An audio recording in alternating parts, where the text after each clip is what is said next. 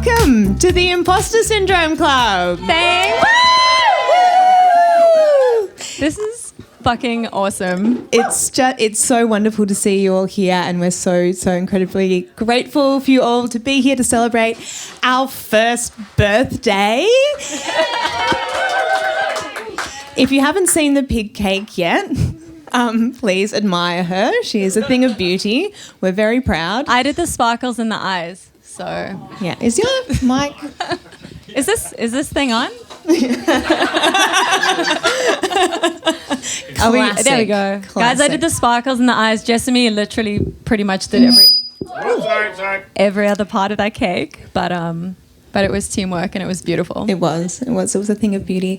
So welcome and Womajeka. We say Womajeka because we are all here together tonight on Wurundjeri land, and Womajeka is in Woiwurrung language often used as welcome, but literally translated means to come with purpose. And our purpose here tonight is to celebrate with our friends and to just really spend time together feeling like we belong. We sort of feel like we create this virtual space where we open, vulnerable, silly, fun conversation, but to be able to do it with our feet on the same floor tonight is really special. Yeah. So thank you so much.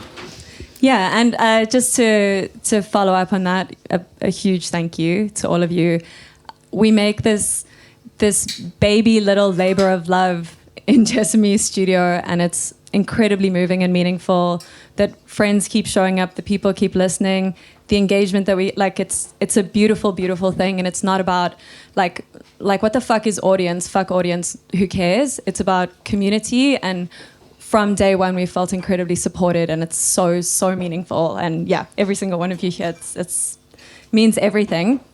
And so the tickets, the funds that have been raised from the tickets are going to an organisation called The Torch, and they do incredible work with First Nations artists who are either in or recently coming out of prisons within the Victoria prison system, and they're all about using art and creativity to help people stay away from reoffending, as like finding safety and community and identity through expression. So thank you all for contributing to that as well.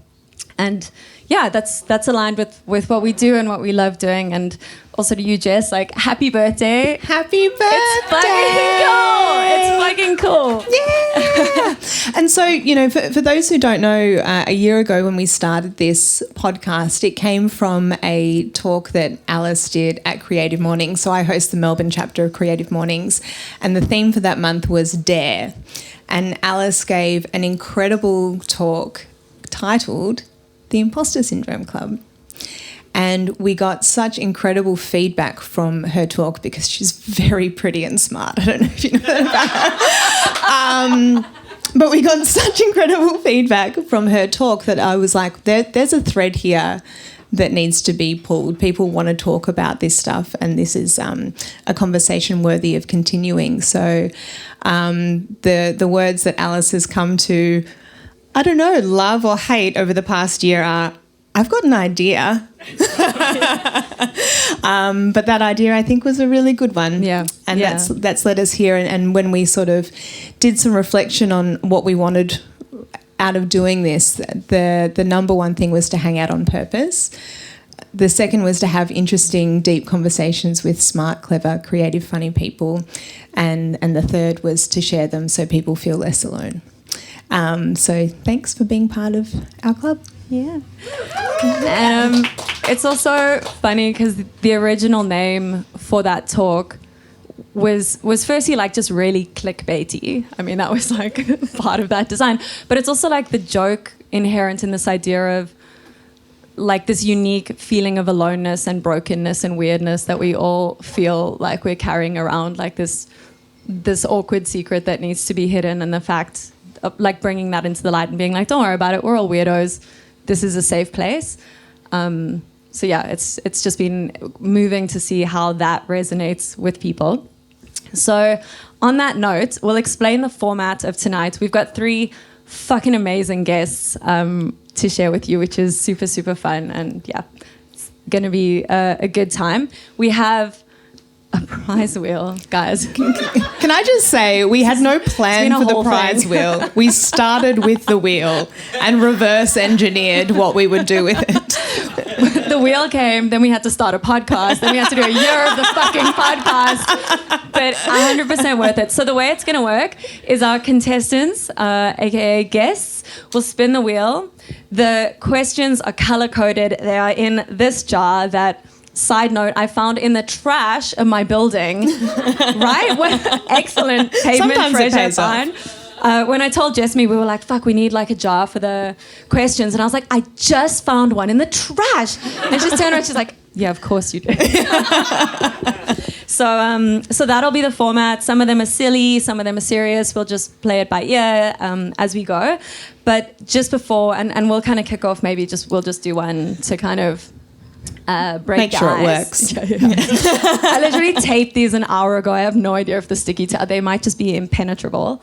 But before we do that, I would actually just wanted to ask you, like, reflecting on a year, what would be your kind of like biggest takeaway, a year of conversations with a wide range of humans and making this thing? I'm now really kicking myself for not putting more thought into this question before this moment. To be fair, I told it to you about 3 minutes ago outside. Yeah. I think there's a few things. Of course, probably the most obvious one being that if you have a thought or feeling that you think that you are alone in, you are most probably not. And the amount of feedback we've had from listeners, writing in through our socials or conversations that we have with people saying, oh my gosh, me too, or, sharing stories, whether they're sad or silly or funny or tricky, has made me feel way less alone in navigating things. And probably the other thing would be that if you make something and you think it's shit, it's probably not. The amount of times we've recorded something and gone, oh my God, that was an absolute horror show, and then listened back and been like, oh, it's actually kind of okay. Yeah. So you're, as a creative person, I think it's worth remembering that your job is to make the thing, not necessarily to judge it. Yeah, that was going to be, I had kind of two in my head that felt like the key takeaways. And the first one is like, we really have no idea what good is. And I feel like all of us walk around to different degrees. Obviously, we're all different people, but like second guessing yourself because you're like, fuck, why did I say that? That was so dumb. Everyone thinks I'm an asshole. And you're like, you have firstly no fucking idea what anyone thinks. And secondly, you're wrong. Like there have been episodes that we've held back because we're like, oh shit, I don't know about that one. Was that? Not sure. And then those ones have done way better than other ones that we've really enjoyed. And it's just been the most like humbling lesson in like, there is really no point in trying to guess what other people think of you because you're wrong. And then the other part of it is, for any kind of creative endeavor, having a collaborator or doing it in a team, I think creative work can feel really fucking lonely. And I think a lot of people, we feel like control is a big part of creativity and expression, and that can be quite hard to share because you feel like you might lose some of that, might get diluted. But I don't know. On a personal note, I would say it's been just incredibly fulfilling, and I would highly recommend if anyone's sitting here with like a baby project that you're wanting to make that maybe hasn't seen the world yet, to find someone who's going to text you fucking incessantly that they've got new ideas. It's a gift and it's a privilege. So that would be my takeaway. I love you too. All right, are you ready? Yes. I'm going to spin the wheel for us. Spin it, baby. Guys, no jokes, but this is fucking cool. Ooh, all right, dark blue. Dark blue. Dark blue means it's creativity. Oh, okay. Oh, so they've all got different themes. Oh, yeah, the colours. So dark blue. Wait. We know what we're doing. Yeah, it's cool. I'm a professional. Dark blue is creativity. Light blue is slice of life. Green is work. Yellow is community and friendship. Pink is wild card, which is sex, death, and money. Ooh. And red is an audience question, or if no one has a question or for whatever reason, then the guest can just pick a random color. Okay. And anyone who does ask a question gets a sweet Imposter tote bag, just so you know. Just by the by. All right. All right.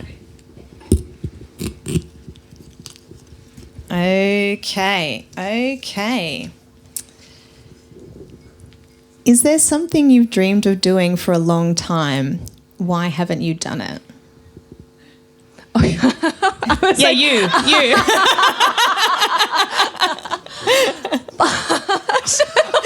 Genuinely didn't think this far into it. Is there something I've dreamed of for a long time and not done it? Yeah, to be honest, travel probably is a big one. Like, it's been on my wish list for ages, and I think somewhere between growing up, working, trying to be an adult, trying to earn money. I mean, I guess immigrating is a form of travel. So It's a pretty big one. Yeah. But I think, like, in general, it feels like Australians are incredibly well-traveled as a nation. And maybe, that's something I'm feeling like. I think it's time for adventure and travel. Yeah. And you? Journaling? Fucking journal. Why haven't I done it? Because it's fucking boring. Meditate, journal. We get it. All right. Okay. So with that, we would like to invite our first guest, the wonderful comedian, Golden Gibbo Award nominated, Andy Balloch. Hi, okay, great. All right. Is that Mike? Yeah, I'll talk loudly. No problems with that. Can you hear me? Great. No? How about now? It's fine. G'day. He's Hi. very shy. Yes, I'm a wallflower. Hello. Hello, Andy. Hello, How you doing? Balloch. Good. Thanks for joining us. Thanks for having me. Have a little spin. Do it. Oh, all right. Well, really right raw in dogging there. it tonight, Wow. aren't we? Jesus Fucking Christ. timeline. Hi, how are you? Good. Spin or die. All right. I mean, I was going to, give a little context and introduce him, but I mean, It's Andy. It's Andy. she's all business tonight.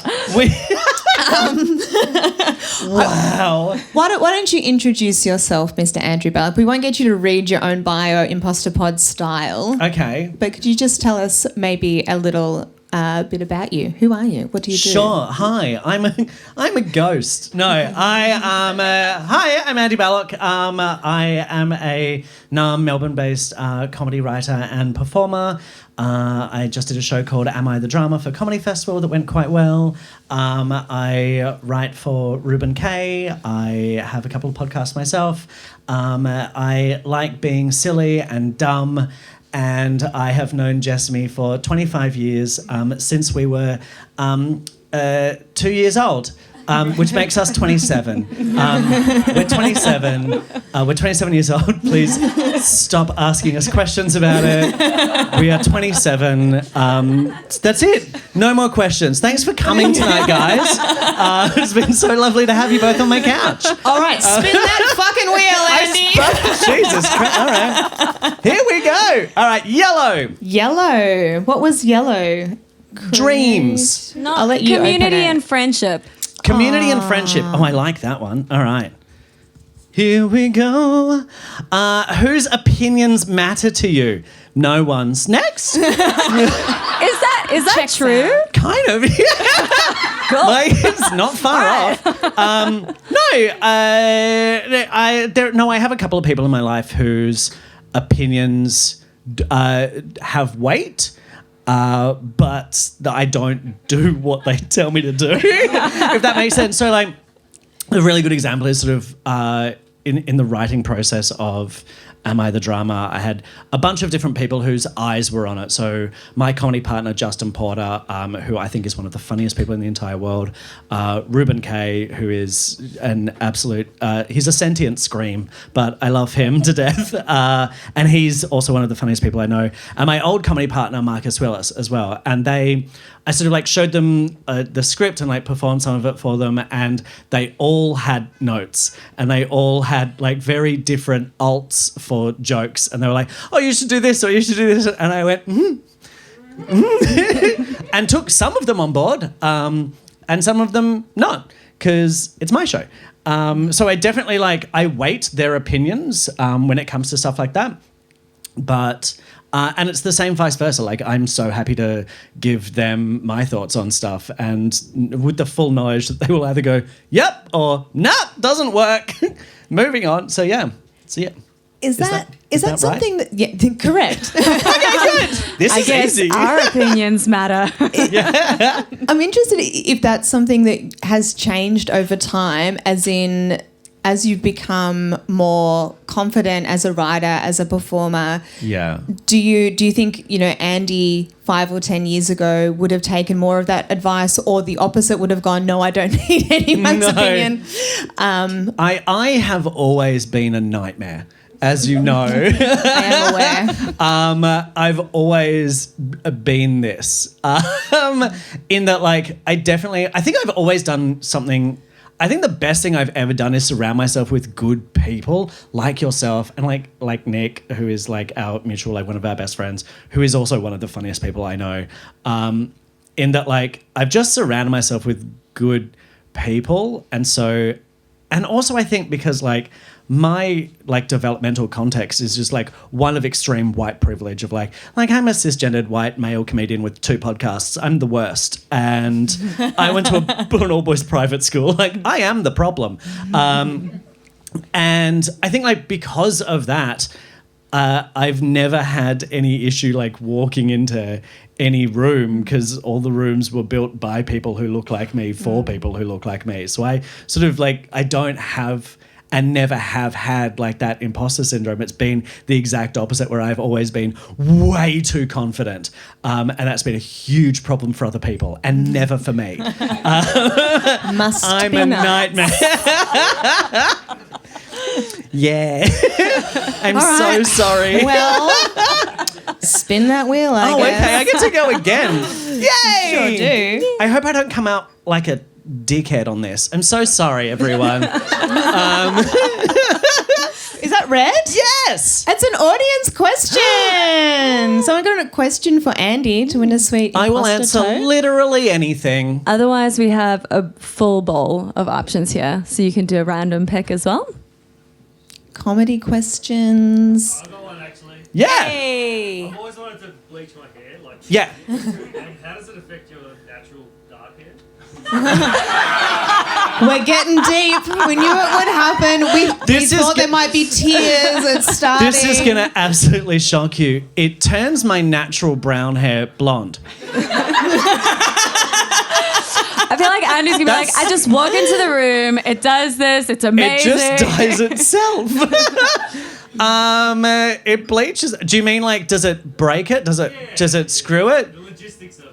You know, So I I love the This term. is my taken. process, guys. I come home and I turn to my housemate Xavier and I go, "What time does the salon open?" And he goes, "I hate you." And I go, "Dye my hair, bitch." And he's like, "Ugh." And then he bleaches it for me, and he gets very annoyed at me. But he's already annoyed at me. That's his base level, is annoyed at me for no reason. No, there's a reason. I'm me. And he is forced to live with me. Wait, so this is happening at home, but it's his professional career No. outside of the house. Okay. No. All right. No, he has a job. He's not a hairdresser at all. It's just something Andy makes him do against his will. Oh, yeah. You can fill in the blanks. Yeah, that's what happens. He hates it. I love it. And I get blonde hair out of it. Does it kill the hair? Yep. It's dead. That's straw. This is a wig. It's not. Yeah. How? Oh, you'll have to tell me more. I'd love to know more about what it's like to bleach your hair. I was like, I've never tried it myself, but I've been curious about dyeing my hair and what that might be like. Well, once you hit 28, Jessamy, I'll come and talk to you about it, okay? All right. Spin again. Spin that wheel one more time. This is fun. Green. green is work. Work. All right. Let's go.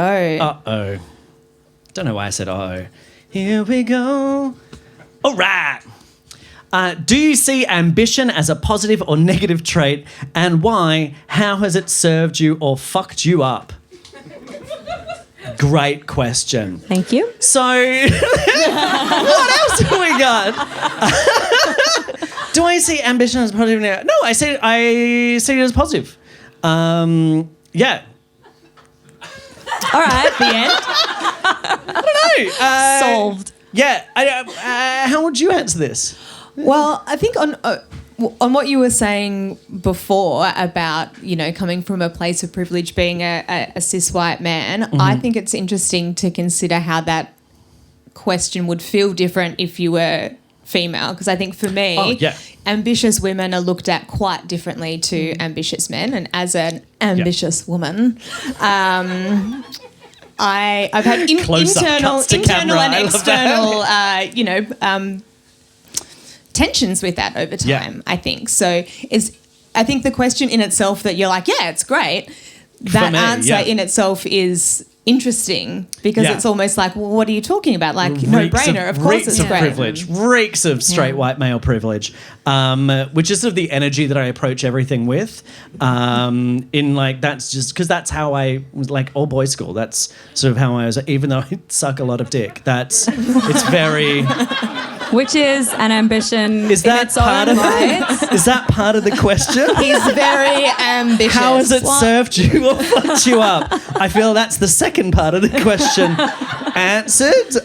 It served me.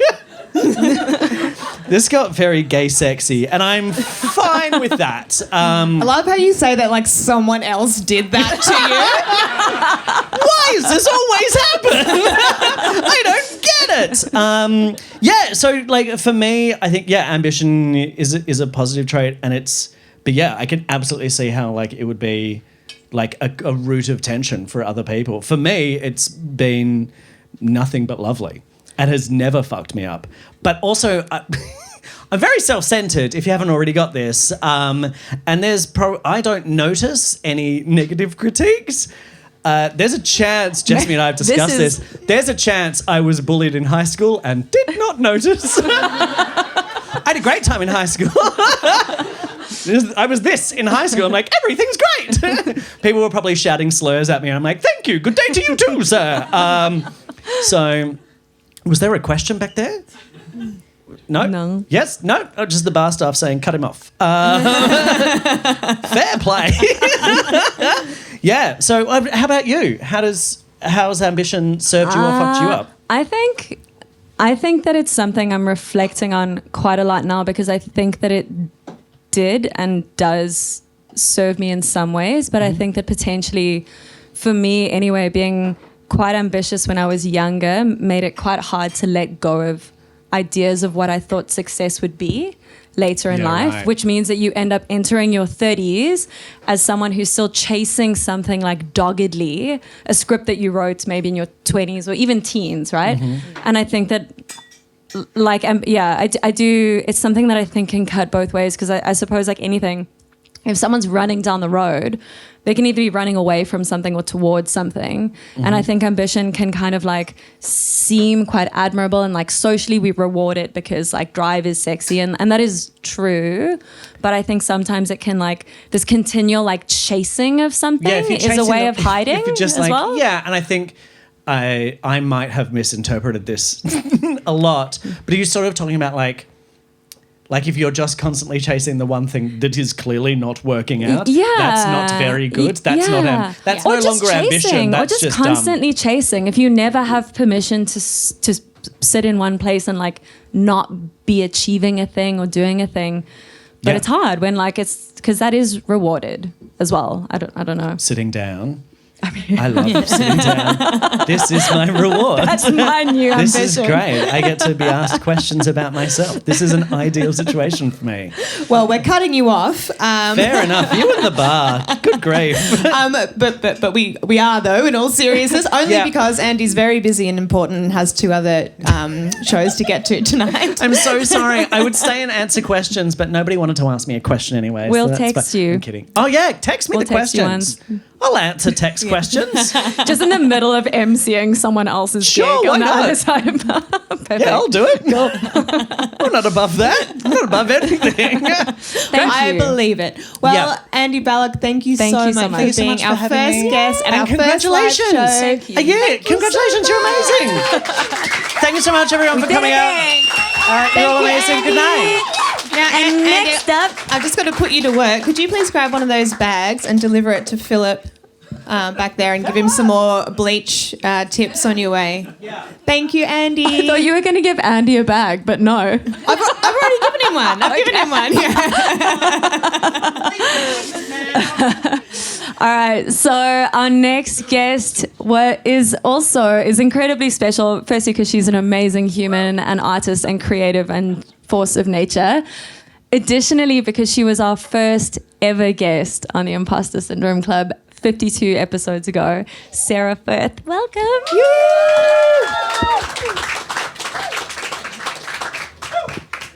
Hello. Hello. Happy first birthday. Thank you. Oh, How you doing? Hi everyone. It's cool, Thanks hey? for coming. It feels so special. Thank you for coming. And you. I do know that some people had issues with trams and cars on the tram tracks and drama, so thank you for coming. Yeah. Oh, It was yay. big- Thanks for yeah. persisting and getting Yeah. here. Yeah.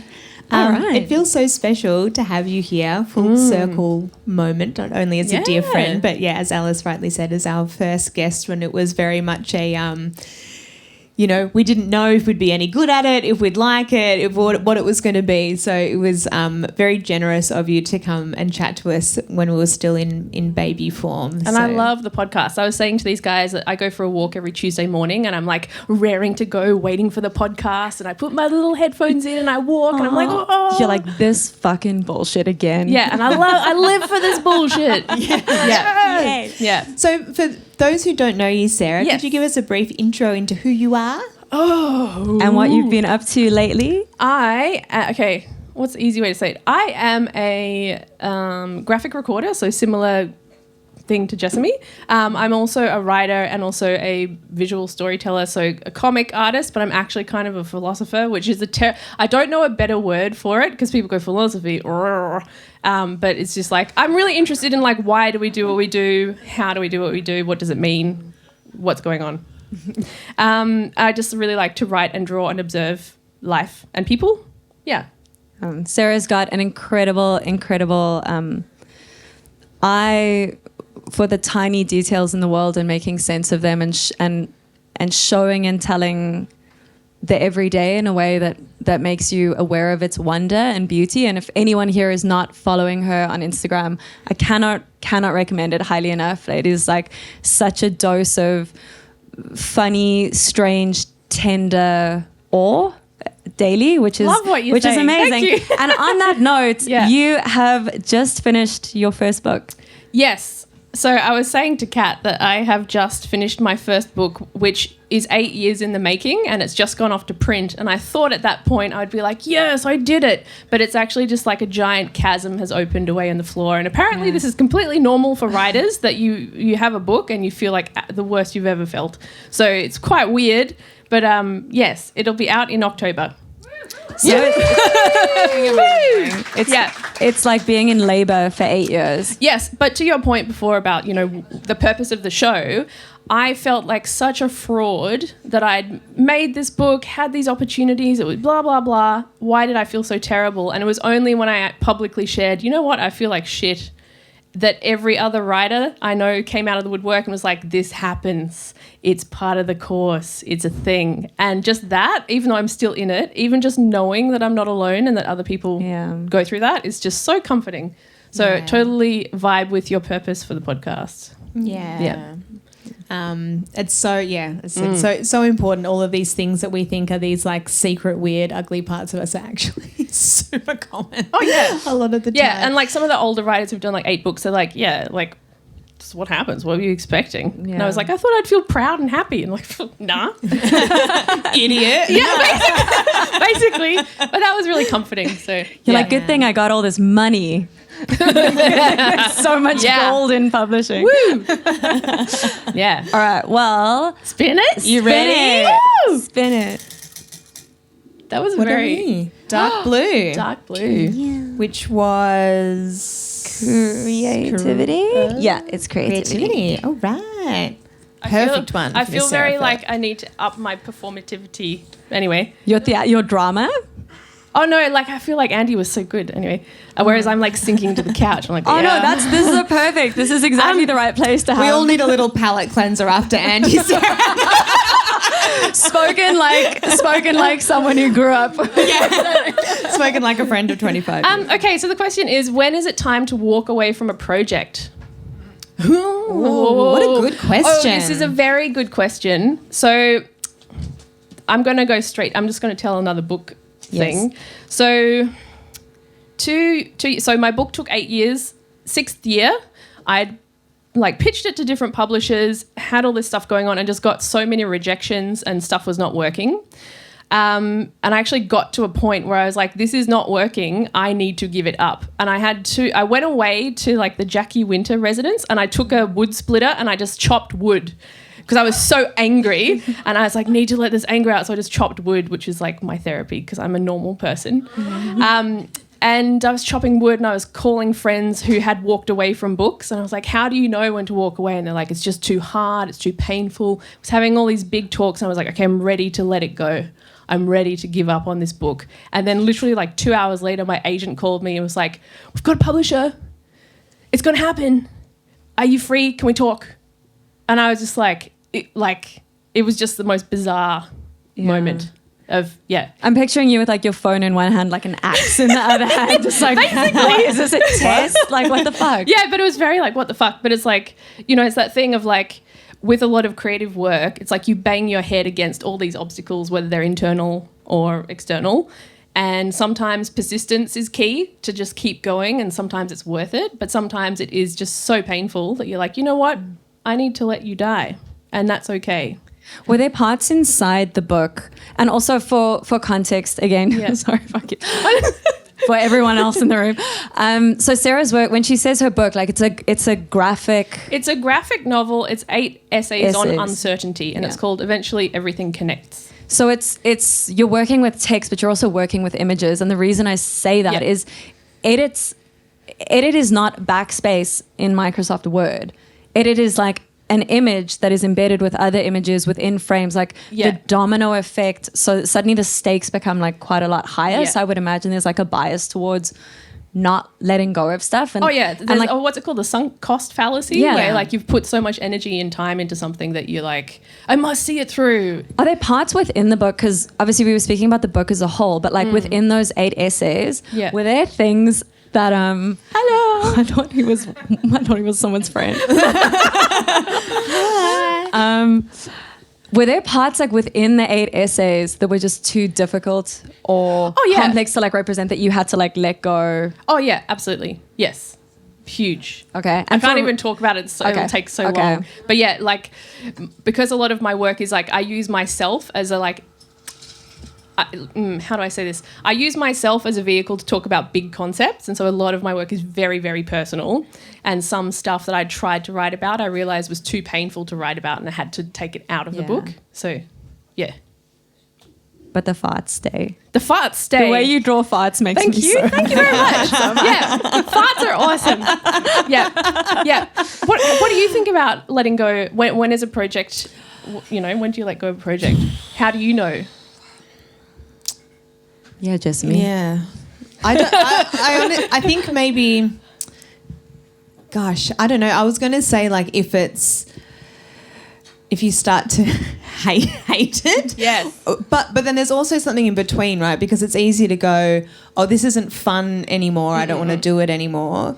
But the reality of things, even things that only exist for fun and joy, like this podcast, for example, there will still be bits of it that are like work, there still are bits of it that won't be super fun. You have to wait up until midnight for things to render when you've got to get up at 5 a.m. or whatever, So that fun as a metric is useful to a certain degree, but then there'll be a point where you're like, well, all things can't be fun 100% of the time, or you're just a 3-year-old being like, but why can't I take my teddy bear in the bath, I have more questions than answers, I suppose, is what I'm saying.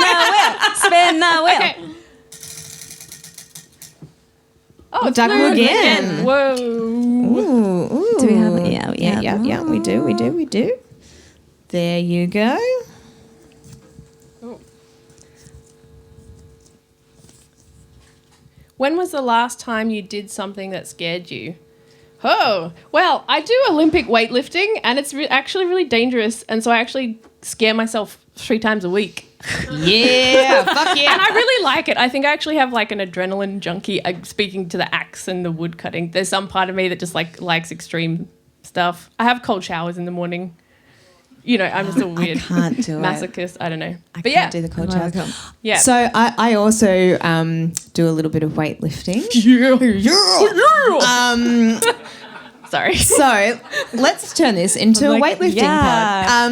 No, Cool, but I'm very interested, right? Because there is like, it's so hard to tell the balance between when like you just need to be a bit brave, Yeah. and when you're doing something that is genuinely dangerous. Yeah. Do you, and I think it's something as well, like most things, that you take lessons from one part of your life that you can then apply to other parts of your life, right? And this is one that I think about quite a lot, is like, when is it genuine, when are you in genuine danger, and when are you just being, you know, you're just scared but you need to push that little bit further or you won't know how far you can go. Are there any lessons that you've taken from weightlifting around that?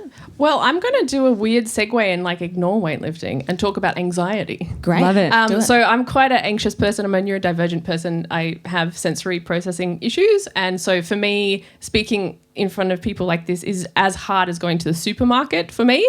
And so when I realize that I have this like latent level of adrenaline and stress in situations, it actually enabled me to do scary things because I'm like, oh, it's kind of the same as... So my baseline for feeling scared is I feel scared a lot of the time. And so I've had to learn to be scared and still do things, if that makes sense, because otherwise I wouldn't do any, like I would be a recluse living at home never go out. Can I check that I'm understanding that? Is that the idea of like, if you're operating with like a very high level of kind of baseline anxiety where there is like a feel of threat in the world, that it can be quite hard, because if going to the supermarket is as terrifying as jumping off a bridge, then it's quite hard to know to like draw a line as well. Yeah. Because you're like, well, absolutely. if it all feels fucking scary, then it's like, how do you differentiate safe risk or genuine trial risk? and error. Trial and error, you know. But also just going back to weightlifting, it's like the more you do a thing, the more you know what it is and the more confidence you have. And so even if you feel terrible, you trust that you can do it. Yes. And so you can hold 2 things at once in your mind. And then there are times where it's like so beyond you that you're like, oh, I could actually hurt myself or someone, or, you know. Yeah. One of my, I recently moved gyms. Grade A content for everyone here. But one of my new coaches, you know, you just meet like a coach or a teacher or someone that has like a particular way of communicating with you that really resonates with you. And he's, you know, people give you different cues about what to do with your body, but I think for me, ones that speak to like what you need, like mindset, are the ones that work really well for me. And this coach's like go-to cue is he'll look at you in the eyes and he's really like, he's got a very big sort of presence, and he'll go, I need you to be brave. Oh God. And I love it. I love it. And I'm just like, okay, dad coach, I'm going to be a brave girl. I'm going to be a big brave girl. Dad coach. Yeah. Hope he doesn't listen to this. You say that, but you hope he does. Yeah. Hey, Daddy. So should we do one more question? I've just been noticing that you haven't been answering the questions, Alice. I know. I dodged the other one and I was fucking proud of it. So this one, I was noticing. So it's because the previous one was when to let go of something, and I literally just don't have an answer to that. I'm like, because my belief is like, we can make systems to try and make sense of that, but it's like, because you only live one timeline, it doesn't fucking matter, and it's just a numbers game. And like, there are probably people that have bailed on their book too early, and those books will never be written, and there's other people whose lives have been wasted chasing a dream that was just a bad dream, probably. But so that was a lot. That was why I just bowed out of that one. I was like, oh fucking no. But this one with the scared stuff, Yeah, when was the last time you did something that scared you? like constantly. Right now? I don't know if I was scared. I think it's like because it's a small space and there's so many friendly faces. Like this feels really lovely. I mean, it was a bit scary, but like in the healthy, like not a sociopath way. Like it's fine. But I think like, to be honest, like falling in love after the end of a long huge. relationship is fucking scary and amazing and so worth it.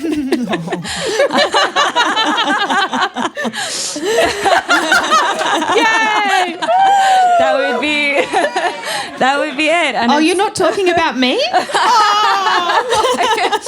all of the above. This was our wedding. But I think that would probably be the one that jumps to mind as a scary thing, which just kind of like also goes to your point of the things that are scary tend to not be the things that are like physically threatening. It's like things that come into that either threaten in some way like our sense of social belonging or connection or fear of losing. That is, I think, way more scary. Yeah.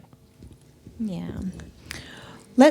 Let's spin the wheel one more time before we say goodbye to Sarah for now and welcome our final guest. Red. Oh, audience question. Where does Sarah get her hair done? Anyone got a question for incredible philosopher, comic artist Sarah? Yeah, Kat.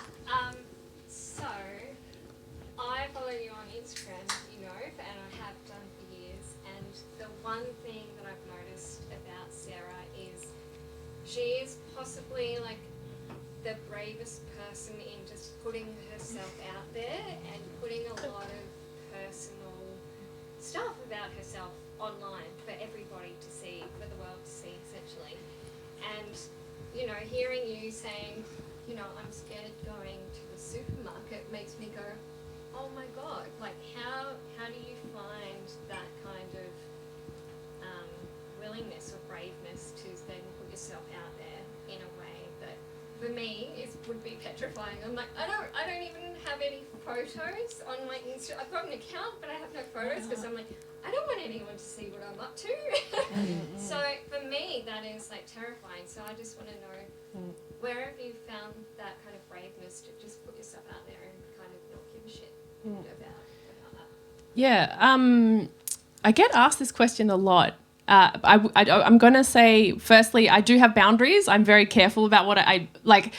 First of all, to me, social media is a completely constructed fake place. So I'm not under any illusion that anyone is not performing. That's my first thing. Even stuff that looks unperformed is performed. And I think that for me, like I think about social media differently to how you should think about it. And to me, social media is just a wild experimental art space, kind of expressing self. And people express self in the myriad of different ways. And so I feel quite happy taking up space online because of my kind of trajectory with sharing in that way. So it's like pre-internet, I wrote letters and shared photos and stickers and stuff with friends. And then like I was very, into Facebook. I had a very bad car accident and couldn't leave the house, and I was very into Facebook when it first started and found that a really beautiful way to connect with people. And so and I found it just so fruitful and enjoyable, and I enjoy seeing other people's stuff. Like I love to see what people are eating and what do your kids look like and what's your dog look like and that funny thing that happened. Like I genuinely enjoy when people share about themselves in a non-obnoxious, way. Like spam. Yeah, some people spam and you're just like, whoa.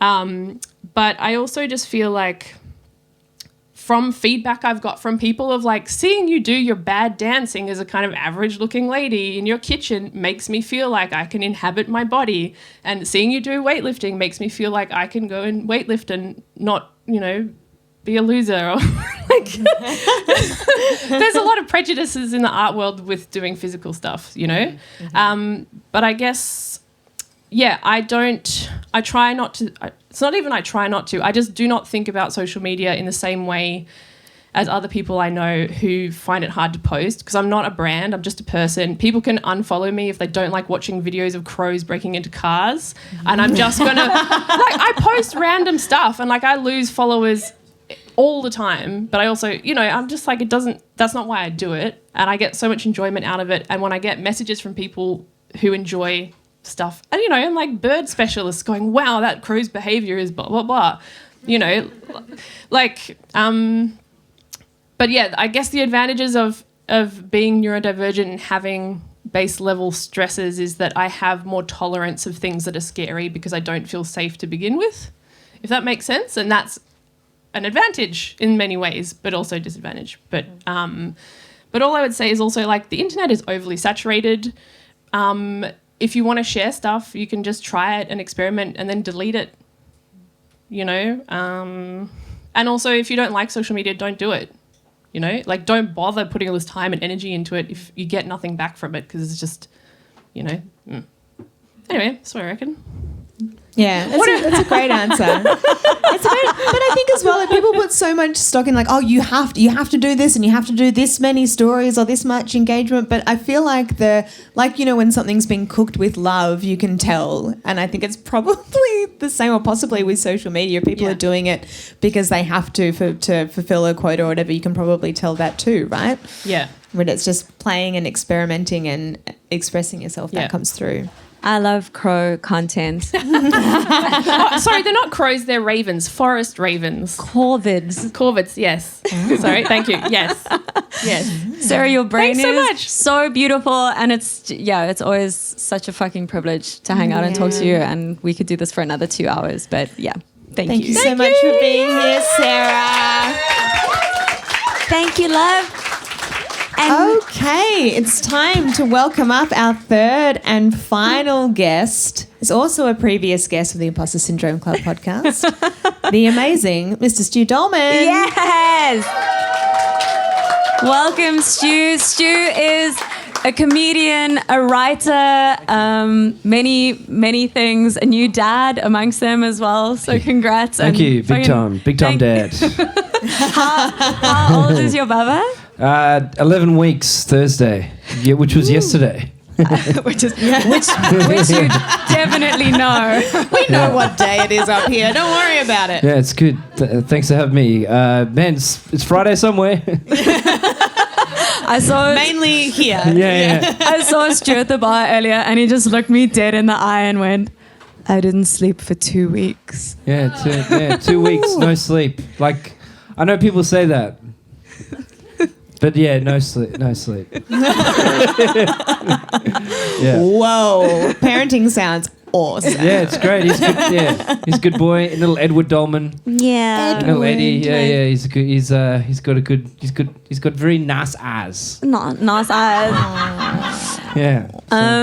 Thank you for when I originally texted you and was like, "Hey, we're having the live show. Would you be keen?" And Stu was like, straight away, like, "Yeah, totally keen, down for it." And I was like, just get me out of the fucking house. But I said to Jessamy afterwards, I was like, "Dude, I almost feel like it might be unethical sending you that message." I was like, "This arrived like with a man who's probably like not slept in days, and like I don't even know if he knows what he's answering to this." No, of course not. Very happy to be here. Thanks so much. Big shout out to the Ringo Barr. More of a George Harrison guy, but hey, that's cool.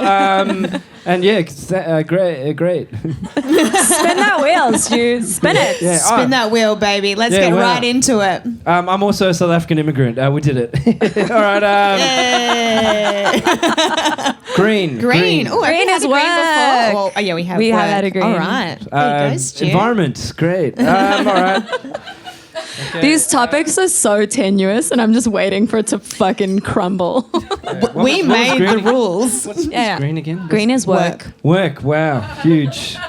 If you could wake up tomorrow having gained any one quality or ability, what would it be?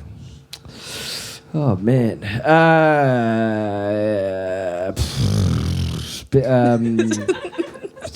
Yeah. Oh, jeez. Sleep? Well, yeah, probably. One quality or ability. I think. I don't know. I'm not very good at switching off. You know what I mean? Like like if I don't do anything for 2 days, I get really anxious. Creatively, mentally, I panic. It's not like I don't know. I can't to say that I could draw before I could walk is not. It's like it's not, and like it's. I'm not exaggerating. You know what I mean? Like my mum was like very very creative person. We got here from South Africa on an internationally renowned artistically visa. We had a good lawyer as well, but anyway, and and she used to put us down on a big piece of paper and like let us draw for hours, you know. So if I've kind of, I just all I know how to kind of create and do and stuff is all I kind of really know how to do. And if I'm not doing that, I feel as though a big part of me is. But then also you do need a break. I do realize that. But what do you like on holiday? Yeah, we need to get stuff done, see things, tick boxes, you know. No, I'm actually, like, I don't know, I just really like walking a lot. I like walking a lot on holiday. But also at the same time, I've always writing. I'm always writing stuff down. And even if I use it or I don't, it's just that the exercise of doing that is, I feel, quite important. It's like a little security blanket that I can maybe use that. But I don't want to use it because I want to use it. I just like it. I just like noticing things. Like, you know, you were saying, you were saying before, I don't know, that or maybe I should just be, like, I'm just really into stuff. And I love that. You know what I mean? Yeah. But some people find it really kind of intimidating. Dude, you know what I mean? Like stuff is the best. Yeah. Like I'm like, yeah. We should do it. And then it's like, she's full on. And I was like, no. Like you could, I don't know. Yeah, that's probably it. I reckon. Spin it, Stu. Yeah. Okay. Anyway, thanks. It's lovely to be out in Brunswick. Beautiful. You know, hey, everyone's wearing a jacket. Okay, cool. The Diaries of a Sleep-Deprived Man. Purple. Purple. Pink. Pink, sorry. Pink, yeah. This one? Yeah. Okay, great. What was pink, great. Alice? Pink, purple. Pink is wild card, sex, death, money. Oh my God, all right. Wait, I think I proved myself as a kid, all right? Can we just do a collective... Do I believe... do I satisfying. believe in ghosts? Absolutely. Really? Yeah, I do believe in ghosts. Have you seen a ghost? I felt things. Anyway, no, but do you believe in ghosts? It's kind of like, I don't think it's ghosts per se, personally. I think there's apparitions and energies that we can't see into. I look at my... Okay, fuck. I'm talking about my boy. Let's go there. All right. But if you look at babies, right, and you look at the way they look around, right, and you're like, what are they looking at, right? It's because we've taught them as a society not to look into that dimension. They're fresh right out of the womb. They come from some other place, okay? And we are taught as a society to look and say, wow, this is in front of you. Wow, go. Question 1, question 2, question 3. Whereas, like, if you're like, look around, you know what I mean? There might be another energy, you know what I mean? Like, we have this weird thing, like, when my dad passed away, like there was a different animal that visited me every day. Like it was weird, like a rabbit in Clayton. You know what I mean? Like, so what the hell are you doing here? Hey, Dad, how you going? Like, you know, I can't explain that. It's just different energies. I believe in that. I think we're all part of another dimension, or a dimension that we're part of for this part.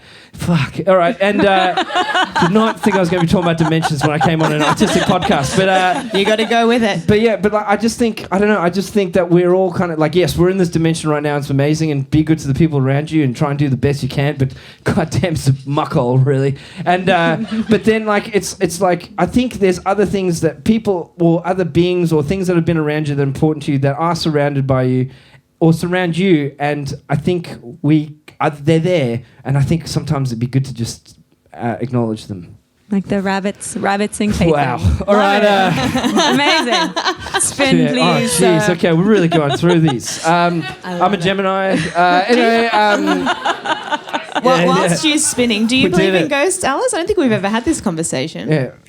Oh, yeah, sorry. I should have thrown that your way. Do I believe in ghosts? I think... Sorry about that, guys. Do you guys believe in ghosts? No. It's It's my first day.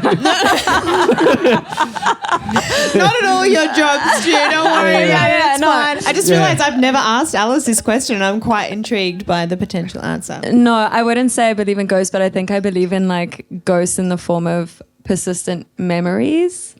So I do think we. So memories. So what I'd say is,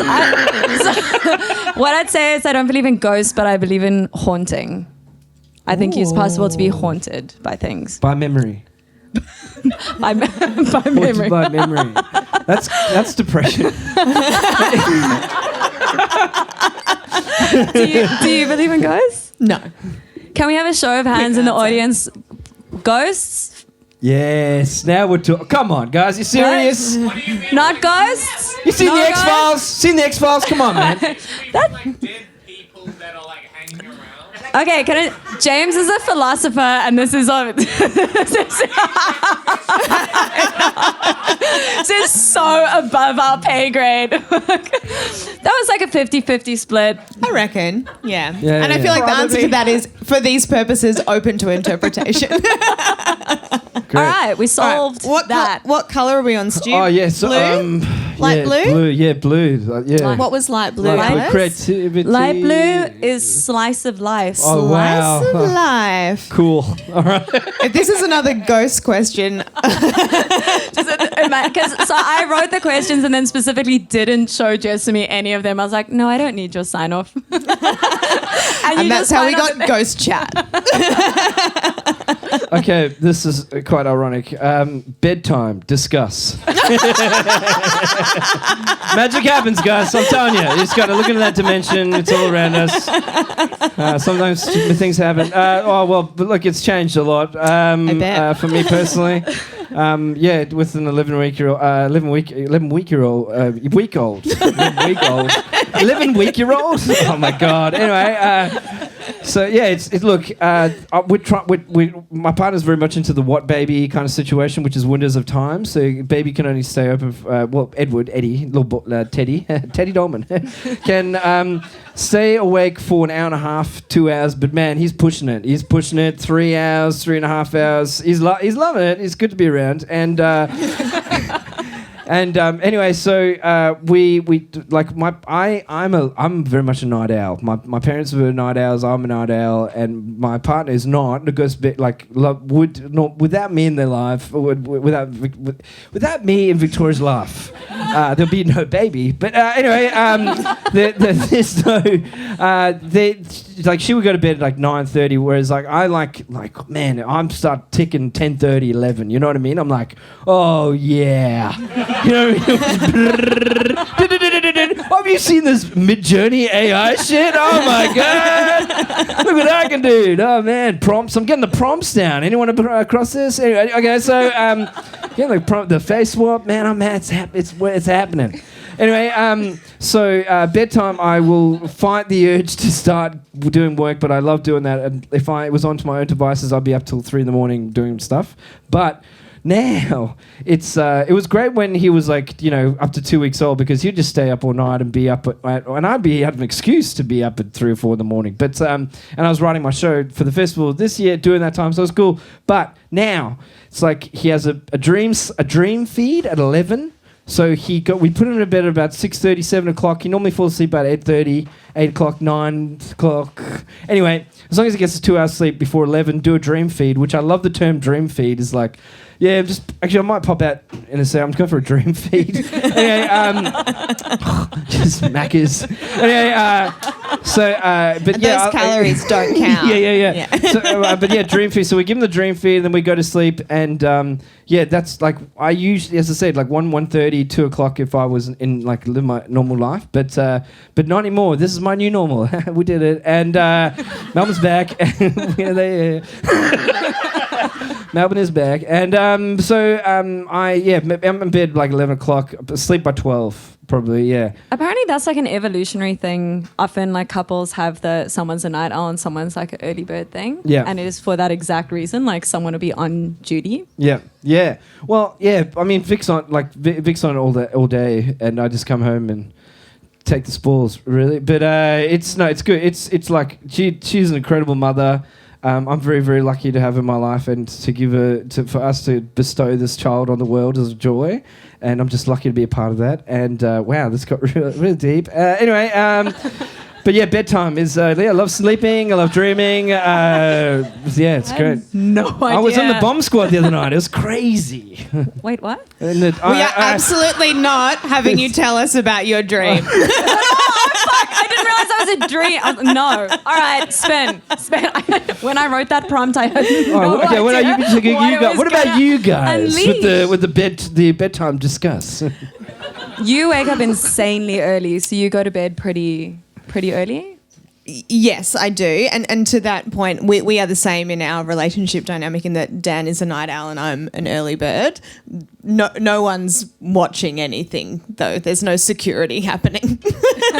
No one's guarding the doors. Okay. We're mainly just drawing pictures and making music.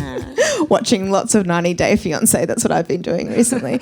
Yeah, that's all I got. All right. What about you, Alice? That's even your real name. We both sleep. Tom and I both sleep pretty late and wake up pretty late, which is so fun because it feels like being in a house where there's no grown-ups. Yes. Like it's fucking love awesome. It's that. like midnight and we're just both watching TV till our eyes hurt and it's the Love fucking that. best. Love that. That's a dream. All right. That was bedtime chat. Yeah, great. Sven, Okay. All right, let's do this wheel one more time. One more time. Okay. Thank you. Dark blue. Dark blue. I don't That's think we have creativity. any more. Oh, we do. That is creativity. He gets it. This guy gets it. Let's take a note. All right. Here we go. Okay. Wow. It's like a fortune cookie. Okay. Describe your teenage bedroom. Oh my god. All right. I really like being neat. Anyway, As a moving on. teenager. You were a neat teenager? Yeah, I was quite neat. I don't know. I just like stuff, and I did put a lot of posters on the wall. I really wanted to be a professional soccer player when I was younger, and I had a lot of posters of soccer players All right. on the walls, I think that there is and something. rollerbladers as well. Yeah, slightly- rollerbladers and soccer players. There's something slightly murdery about a teenager with like a super neat bedroom. Yeah, probably. Yeah. Or maybe just undiagnosed, deep-seated anxiety. Okay. You know what I mean? Like, I know where stuff is. I work hard to keep the place in order. And now that there's a child involved, it's actually really affected that side of things. Because I like the house neat and tidy. I'm not going crazy, but there's a few things. There's a couple, like I like, and this baby's really wedged himself Very in there. You know what I mean? That baby can't even do anything yet either. Wait till that thing starts walking around and stuff. Oh yeah. You're in I trouble, can't- son. I can't wait. Hopefully there'll be a poster of Edward on my future bit if he's a soccer player. Not it. Anyway.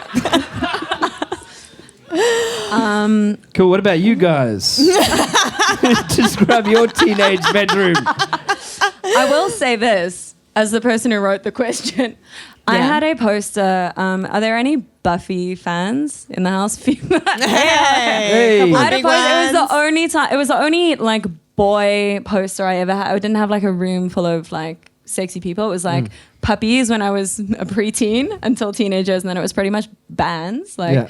but the one that was like heartthrob material was Angel from Buffy. Wow. Was up on my wall. It's New like- show he does called SEAL Team. It's on it's on Prime. It's good. No. But he's still working. He's still working it. But yeah. Oh, okay, so that's interesting. That's it. Just a unavailable vampire. What bands do you have on your wall? Oh, like all Blink-182. Really? Fuck, it's like an Wow. Offspring one. Because I'm more of a Geller Buffy guy. Oh no, the Geller or Barrymore. You know what I mean? Or No, it was Wait, Faith or Buffy. oh, sorry about that. First Yeah, day. what the fuck? I don't know. This Buffy chat? No, nothing. What was yours? Sorry. My teenage bedroom was a nightmare. Like, it's amazing to me to think that any teenagers are clean, because my bedroom was sort of just like a sea of clothes that would engulf everything. Lots of posters on the wall. I also painted. I was like, I'm going to paint a mural on my wall. And I asked my parents and they said no. And I said, watch me. And then because I was also very lazy, I started and then was like, nah, I'm done. So I had a half painted mural on my wall, which is still there. Sorry, Dad.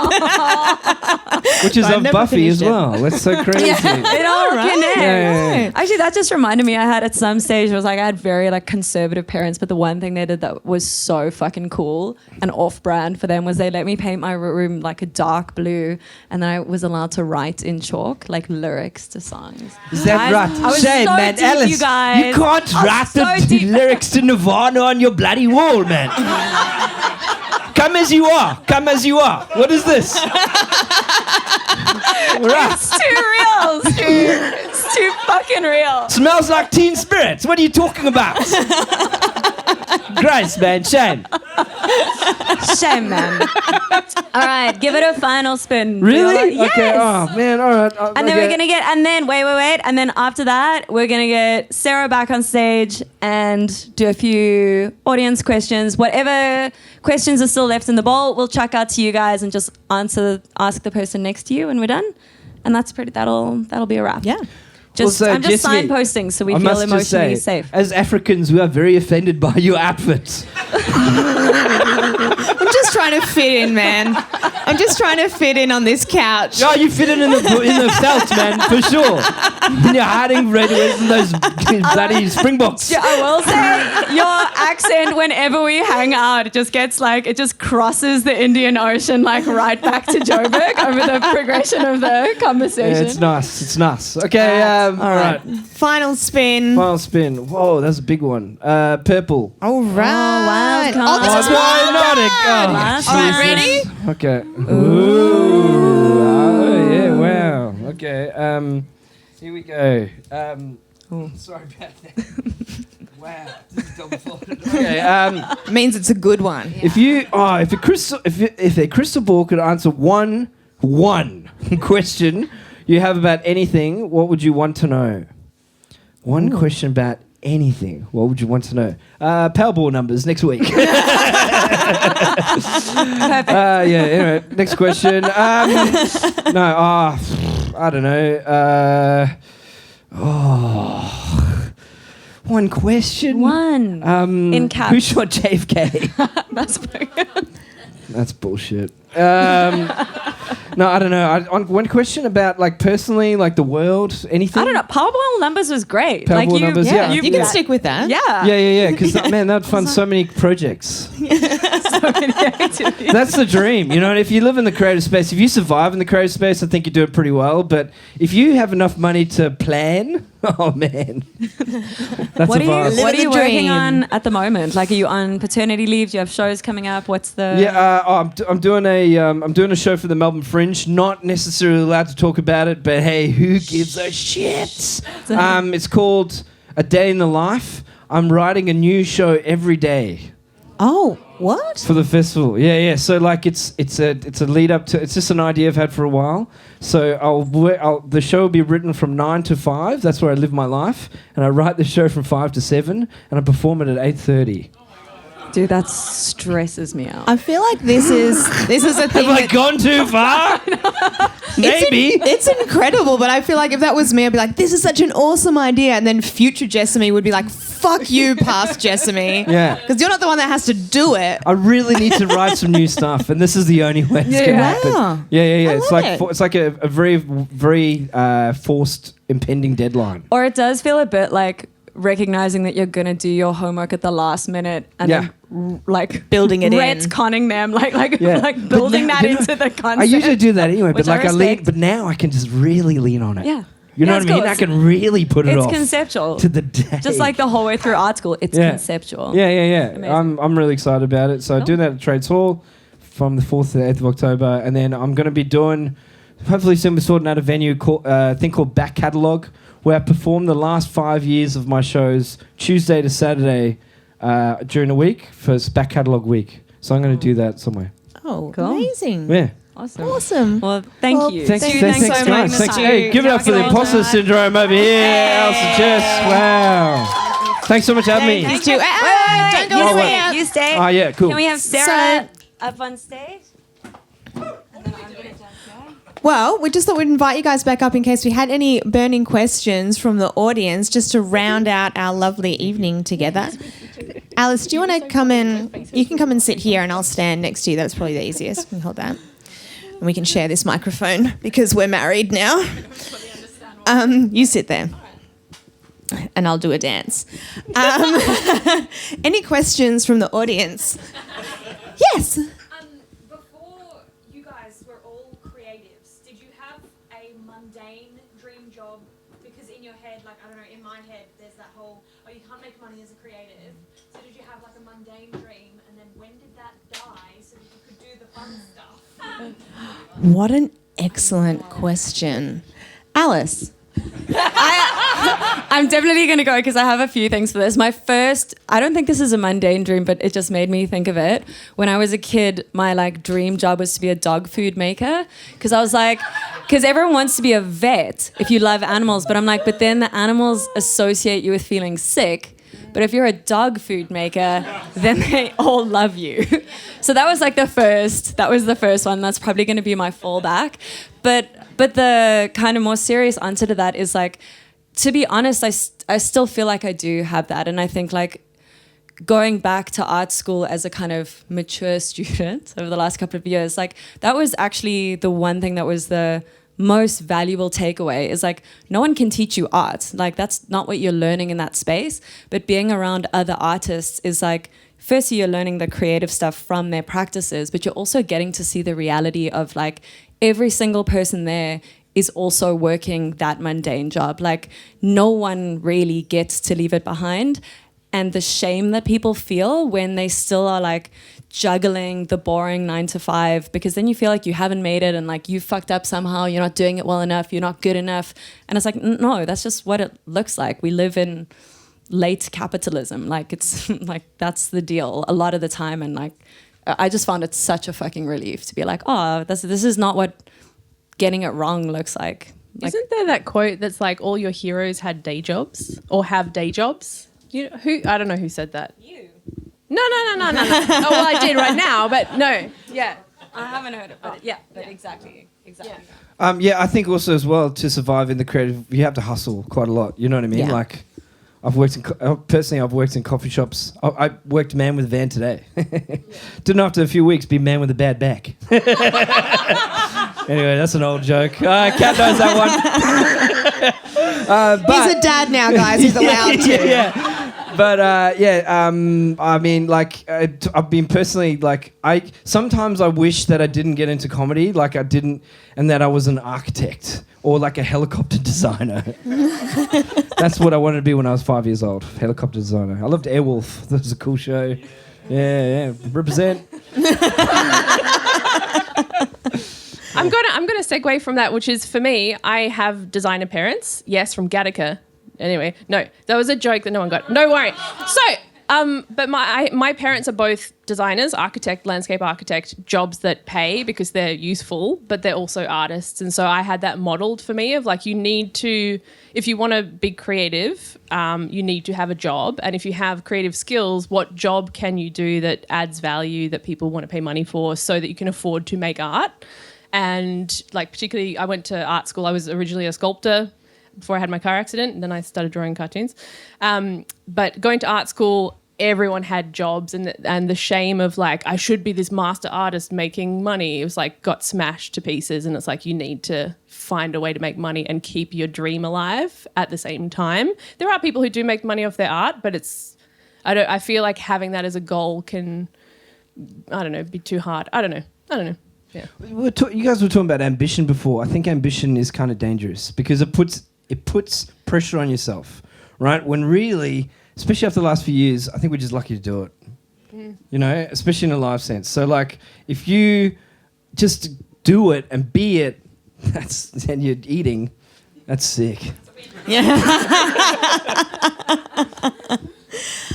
Yeah, I'm trying to remember. Like, I always thought when I was at school, I was like, I'll probably be a teacher because that's the only thing that I'd seen modelled for me in terms. So there was like, you could go and be an artist, and that seemed like a lot of hard work. I could be a teacher, but I wasn't that inspired by it. But I think also I was lucky in that, other than like working at the chicken shop and the call centre and stuff, my first sort of like grown-up job was in the music industry. Yeah, legs and breasts. Thank you, Kat. It was just a chicken shop, I promise. But I think there are a couple of things that were good about finding myself in that weird job so young. Was that one is that like a lot of people don't know what the fuck they're doing and they're proper adults, so it's okay to give stuff a go. And I also had a really, really awful boss. I had a really, really, really awful, abusive, horrible boss, and that made me, I think, go, I don't ever want to have a boss again,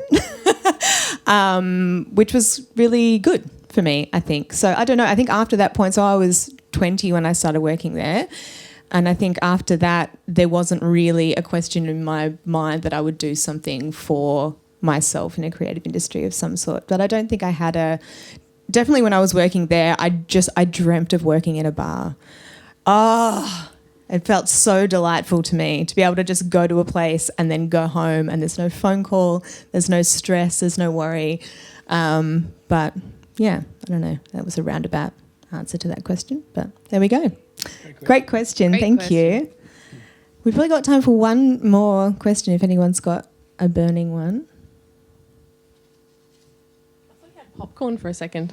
I was like, yes. What brings you the most joy? Oh, what brings you most joy? Being dumb. Well, but quite truly though, like silliness, making space for pig cake. Oh my God, I can't believe we haven't talked about the pig cake yet.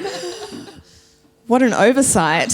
But those sort of things, like taking joy seriously in terms of like carving out a few hours on a Friday afternoon in between hosting a breakfast event and having a live show to decorate a pig cake with your best friend, that's true joy to me.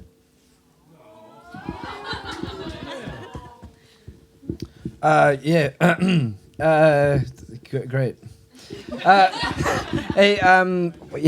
Okay. What brings me the most joy?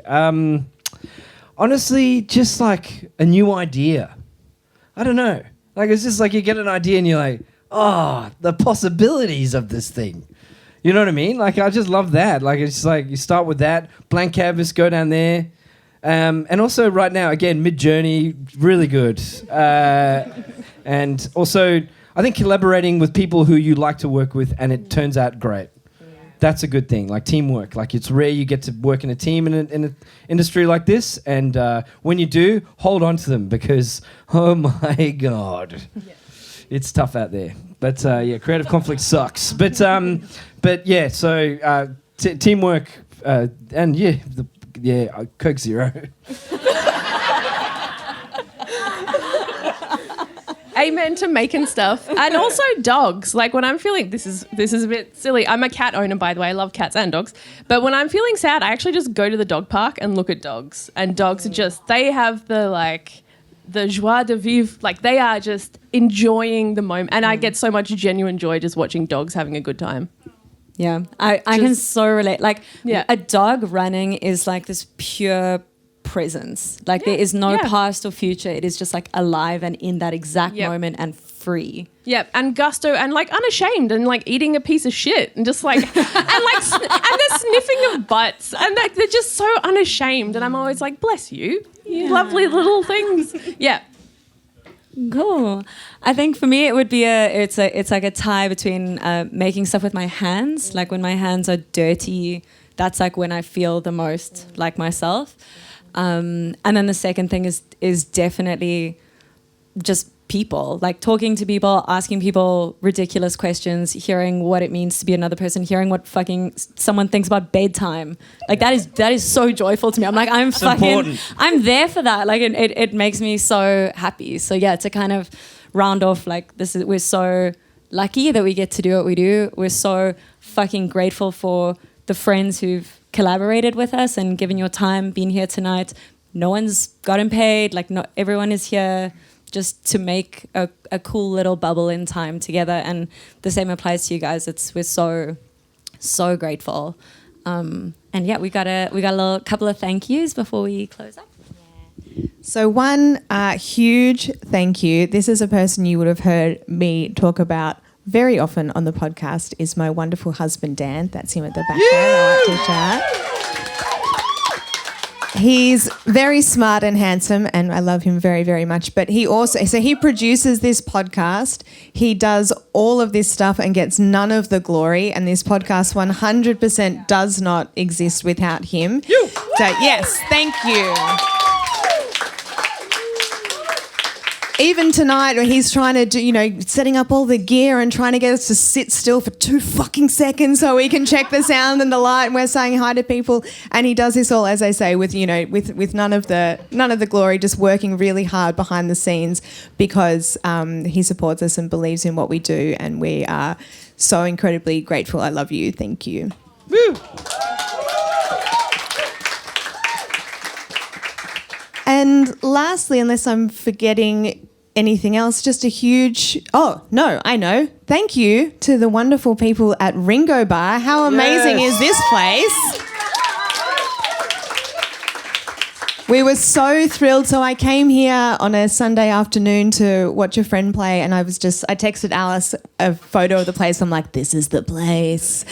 Partially because we're like, if 10 people show up, it will still feel packed. But just as you can see, like the warmth of the people that work here and the place in general is just so gorgeous. And it was much more collaborative and lovely than just like calling a place and saying we'd like to book your venue and them going, cool, here's the details. Like the whole journey has felt like a really sweet collaboration, and it's just the coolest space, and we're really, really grateful to have been able to do it here with you guys. So thank you so much to Ringo Barr. Cool, and that's it. So we're done. There will be cake. Big shout out going out to the Imposter podcast over here. Come on, guys. Give yourselves a round of applause. Thank you. Thank you, guys. Thank you. Awesome. The end. Perfect. Thank you guys so much. Yeah. Oh, and I'm going to walk around with this bucket, and if you can all grab a question, ask the person next to you. They can't go to waste. They're precious. They're really good. Cool. Thank you, everyone. Have a great night. Thank you for listening to the Imposter Syndrome Club. Please follow us wherever you find your podcasts. And if you're feeling extra kind, rate and review. Or if you got any insights or value from this, share with a friend. You can also find us on Instagram at ImposterPod or online at impostersyndromeclub.com.